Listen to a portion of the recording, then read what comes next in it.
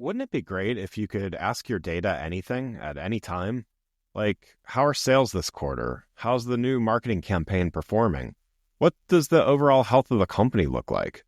And actually get answers right away with charts and graphics and actionable information. You can with Domo's AI and data products platform. Domo lets you channel AI and data quickly, securely, and innovatively to deliver measurable insights wherever and whenever you need them. Anyone on your team can use Domo to easily prepare, analyze, visualize, automate, and distribute data, all amplified by AI. Domo goes beyond productivity. It's designed to transform your processes, helping you make smarter and faster decisions and drive real growth. All powered by Domo's trust, flexibility, and years of expertise in data and AI innovation. The world's best companies rely on Domo to make smarter decisions. See how Domo can help transform yours. Learn more at ai.domo.com. That's ai.domo.com. The Agile Brand.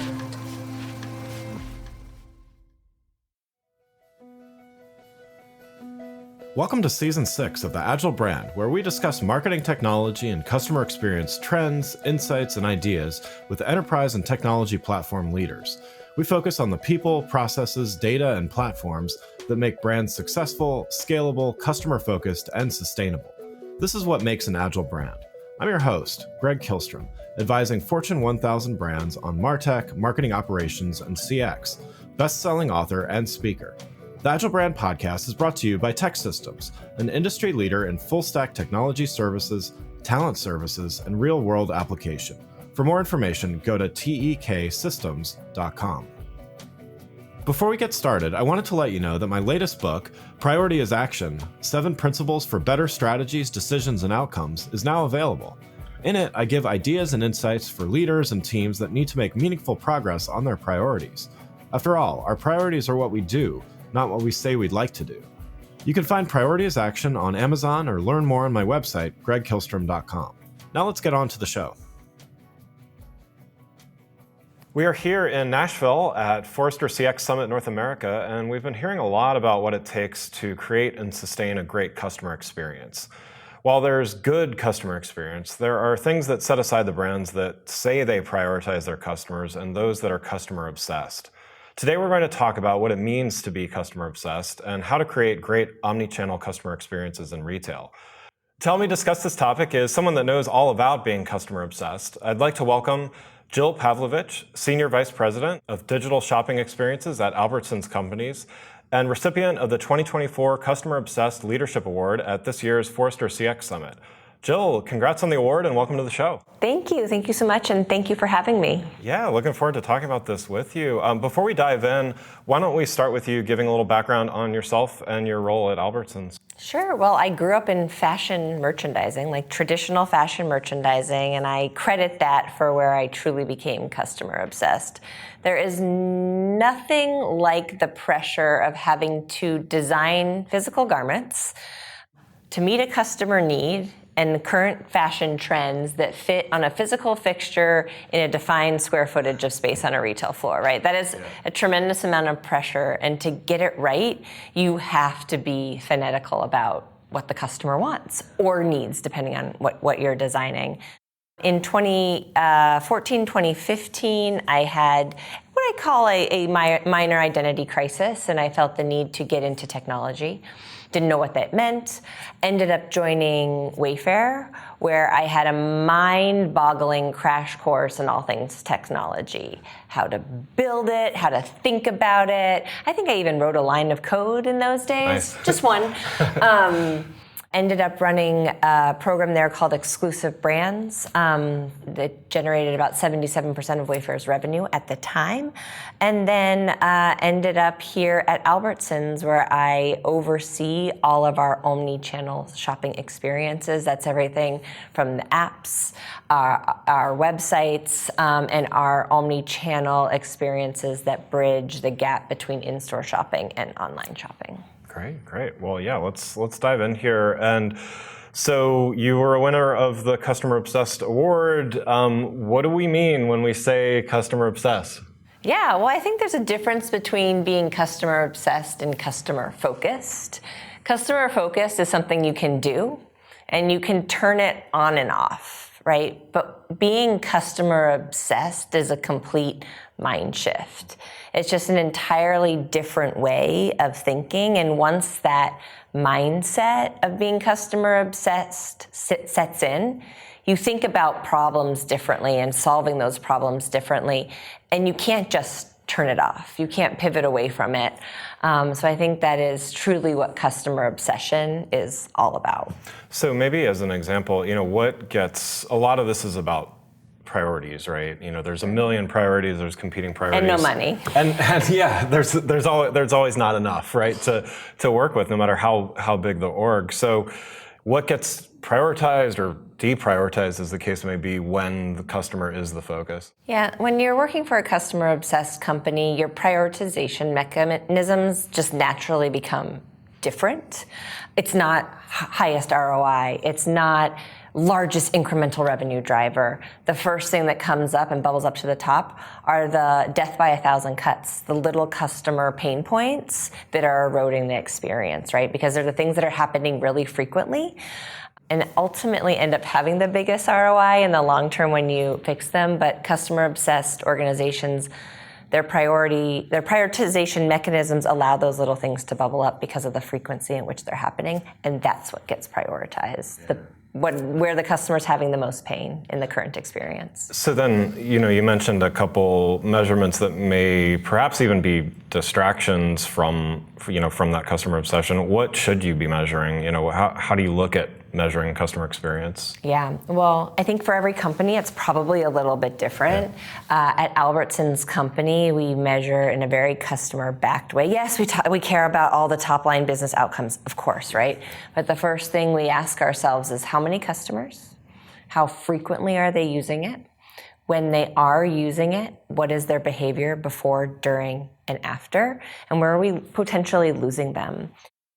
A very common kind of in the digital world framework that we brought to life at Albertsons is the heartbeat framework, which really puts customer happiness at the center. So those of you who aren't familiar with the heartbeat framework, it stands for happiness, engagement, adoption, retention, and task success. Happiness is, how happy are your customers? What are your NPS ratings? What are your App Store ratings? What are the voice of the customer saying? Where do you have defects or where are you succeeding? Engagement. What are the customers doing with you? How long are they staying? What is their behavior before, during, and after engaging with you? Adoption, are you getting new customers? How are you attracting them? And then, of course, retention, do you attract them and do they stay? And how frequently are they coming back and to engage in your experience? And then task success, when they come, were they able to do what they came to do? Whether that was clip a coupon, whether that was find a product in the aisle locations, whether that was place an e-commerce order, how seamless was it for them to execute that? Wouldn't it be great if you could ask your data anything at any time? Like, how are sales this quarter? How's the new marketing campaign performing? What does the overall health of the company look like? And actually get answers right away with charts and graphics and actionable information. You can with Domo's AI and data products platform. Domo lets you channel AI and data quickly, securely, and innovatively to deliver measurable insights wherever and whenever you need them. Anyone on your team can use Domo to easily prepare, analyze, visualize, automate, and distribute data, all amplified by AI. Domo goes beyond productivity. It's designed to transform your processes, helping you make smarter and faster decisions and drive real growth. All powered by Domo's trust, flexibility, and years of expertise in data and AI innovation. The world's best companies rely on Domo to make smarter decisions. See how Domo can help transform yours. Learn more at ai.domo.com. That's ai.domo.com.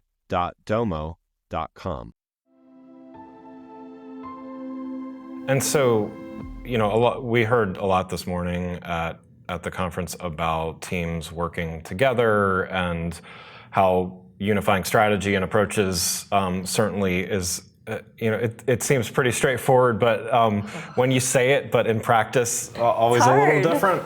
But what's your philosophy on the role of those individual contributors, though, within a team? Because you've got to keep teams aligned, you've got to keep each team aligned, but then you've also got to get each team member focused on the right thing. So how do you think about that? Well, as a leader and a leader who loves people, this is just an imperative truth for me that every role matters, right? Every individual on the team matters, and it's my job to make them feel that way. And if I'm really exceeding at my job, each individual team member knows exactly how their work ladders up to our mission, and our mission is, to remove that cognitive load that people experience around food and wellness management. And then as we execute on that mission and we celebrate in success, it's then my job to make sure that their individual contributions are recognized and are tied to that success, right? And that is my job and how I frame it and how I talk about it and how I talk about the various role that each team, each individual plays. Yeah, I love that. And so with all of this, there needs to be continual growth, improvement, and things like that. One way to do that certainly is through experimentation. What role does experimentation play in building better customer experiences? And how do you balance stability and dependability so customers get what they expect with this idea of continuous improvement? Yeah, well, first, I actually think of experimentation as often the only way to know if we're doing the right thing for the customer. Right? If you think about A/B testing in a digital experience, or on some medians, that's easier, right? Yeah. But we can easily tell through their interaction with the experience, through what they tell us about it, through their purchase behavior. Did they like it or not, right? Where did we get it wrong? And so I look at experimentation as a means to do better for the customers. And I don't think that stability and dependability are at odds or in conflict with continuous improvement, because even the things that are the most stable, like let's see, in my world, customer has to be able to search product, right? That has to evolve. Yeah. The customer needs are evolving. The customer expectations are evolving. So your dependability and stability is also reliant on you keeping up with your customer. Yeah, I love that way of framing it, because totally agree. Change is the constant, right? People say it a lot, but it's true. Just because it's a cliche doesn't mean it's untrue. It doesn't mean it's untrue. It's a cliche for a reason, right? And customers are changing at a more rapid rate, and especially with their adoption of technology, the way they use it, the way they shop, the way even they think about food now. It's changing so quickly. Yeah, absolutely. So let's spend a little time talking about where things are headed. Certainly, we've been hearing a lot the last couple of days from some of the Forrester leaders and others about this. I'd love to hear, as SVP of digital shopping and omnichannel shopping experiences, how do you work with partners within the company to deliver this omnichannel experience? Yeah, well, we come together around a common purpose. And the common purpose, our company's purpose, is to bring people together around the joys of food and inspire well-being.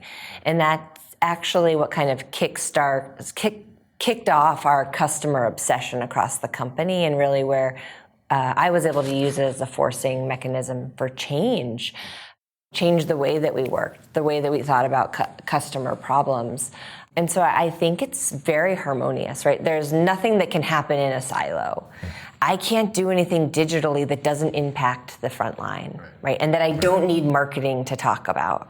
And so it's become quite natural to pull those levers across the team as we are thinking about new experiences, as merchandising thinking about new product, right? 1-800 digital team, 123 marketing team, right? We're all coming together all the time, because if we don't, it's a fractured experience or a broken experience for our customers and our associates. Yeah. So it's 2024, so I think we're required to talk about AI at least once on every episode. So let's talk about it. Where do you see things like generative or other types of AI playing a role in Albertsons, not only tomorrow, but are you using some of that today? Yeah, we are using it today, right? I think we have to. Yeah. I don't think anybody has a crystal ball, and I'm certainly no clairvoyant, but we know it's going somewhere, right? And so we better be in it, right, so that we can keep up with wherever the customer leads us.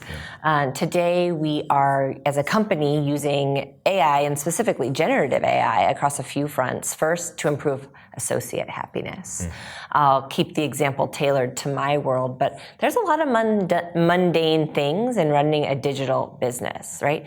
Digital catalog is one of those things. Chasing down images, making sure you have the right tags and attribution, making sure you have copy on the product so that people can make a purchasing decision, right? This is basic stuff, but it's laborious stuff. It was manual until now. Now we can use generative AI to unlock those associates and reprioritize their efforts towards catalog strategy, right? So we're, and that's, a singular example of what's happening across the company. And on the customer-facing side, we're using it and thinking about it and imagining it as the, ultimate unlock on the customer experience. If we think about how much people think about food, 226 times a day, by the way, wow. It's crazy. How will that and how can that unlock the experience, make it faster for them to build baskets, make it easier for them to shop that recipe. Experience we have currently live today is our Shop Any Recipes. We have an extensive shoppable recipe and meal plan capability with over 9,000 recipes for our customers to use that are shoppable with a single click. What about those recipes that they have on an old card from their grandmother, or the thing they have earmarked in their cookbook, or the million tabs they have open on their computer? Can they ingest those, right? We imagine this, and generative AI made it possible. We can ingest those. They can just snap a picture in the app. We can, using AI, translate the whole recipe page into a list of ingredients and map it back to our catalog.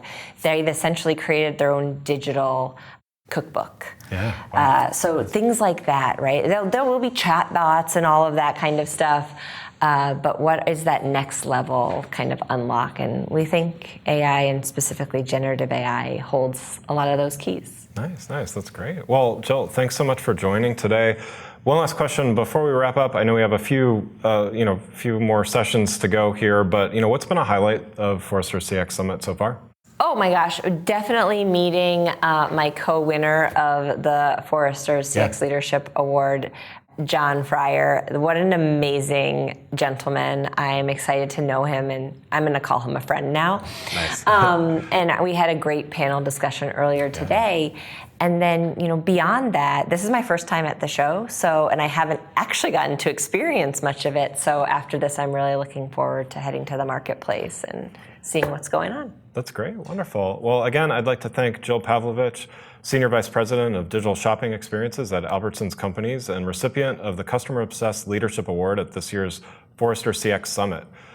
You can learn more about Jill, Albertsons, and Forrester by following the links in the show notes. Thanks again for listening to The Agile Brand, brought to you by Tech Systems. If you enjoyed the show, please take a minute to subscribe and leave us a rating so that others can find the show more easily. You can access more episodes of the show at www.gregkihlstrom.com.